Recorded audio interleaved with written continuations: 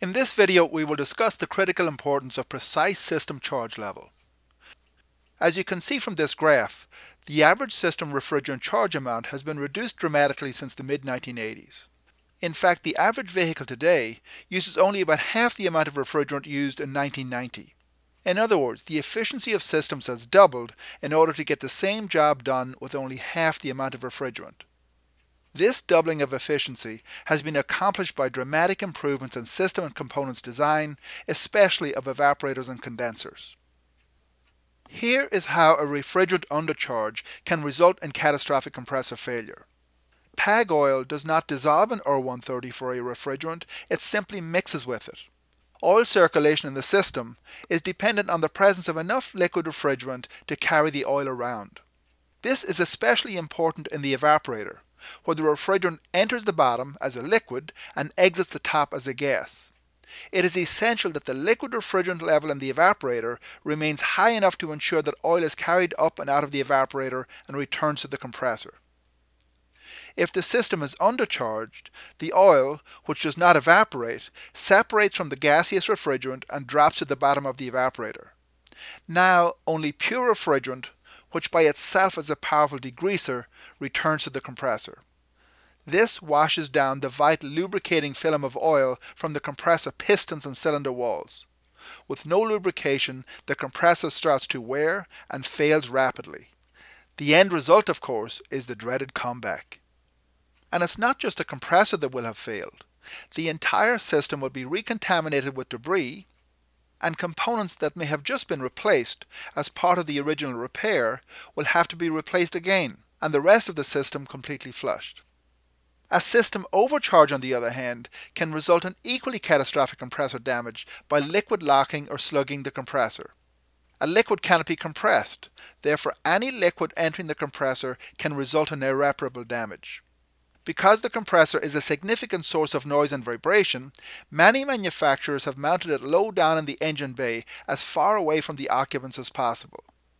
Now any excess liquid, either refrigerant or oil, can easily drain down into the low-mounted compressor, causing catastrophic slugging. It is not uncommon to see broken reed valves or even a cracked case due to slugging. For these reasons, it is vital that the system is charged with exactly the correct amount of refrigerant following compressor replacement, or even as part of a routine air conditioning service. Undercharging results in a failure from lack of lubrication. Overcharging results in failure due to slugging. Here are some tips for accurate refrigerant charging. Be sure that you know the correct charge specification for the vehicle you are working on. This is usually available on the underhood refrigerant decal. Your electronic repair information will also have capacity specifications. It is also a good idea to check for OE manufacturers' technical service bulletins, as system refrigerant and oil charge specifications are sometimes revised to address issues that arise in the field. Do not use cans. Cans get cold as the refrigerant evaporates, and it is difficult to get the heat of the can into the system. Several ounces may remain in the can, resulting in an undercharge. Check that your equipment meets the current SAE specification for recovery recycling recharging machines. For R134A machines, a decal on the machine should indicate that it meets SAE J2788. During charging, follow all on-screen prompts. J2788 machines are designed to compensate for the length of the refrigerant hoses. The machine may prompt you to close the high-side service coupling and run the AC system to ensure that all the refrigerant in the lines is drawn into the system. When possible, always charge through the high-side service port. Some machines will insist on this, and some may give you the option of charging through either the high or low-side service port or both. Charging through the high-side port greatly reduces the risk of slugging the compressor on initial startup following charging. Maintain your equipment.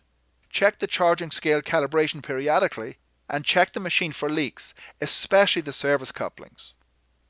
Finally, if system components such as the condenser have a significantly different internal volume from the OE unit removed from the vehicle, it may be necessary to adjust the system charge level to optimize performance to match the new condenser.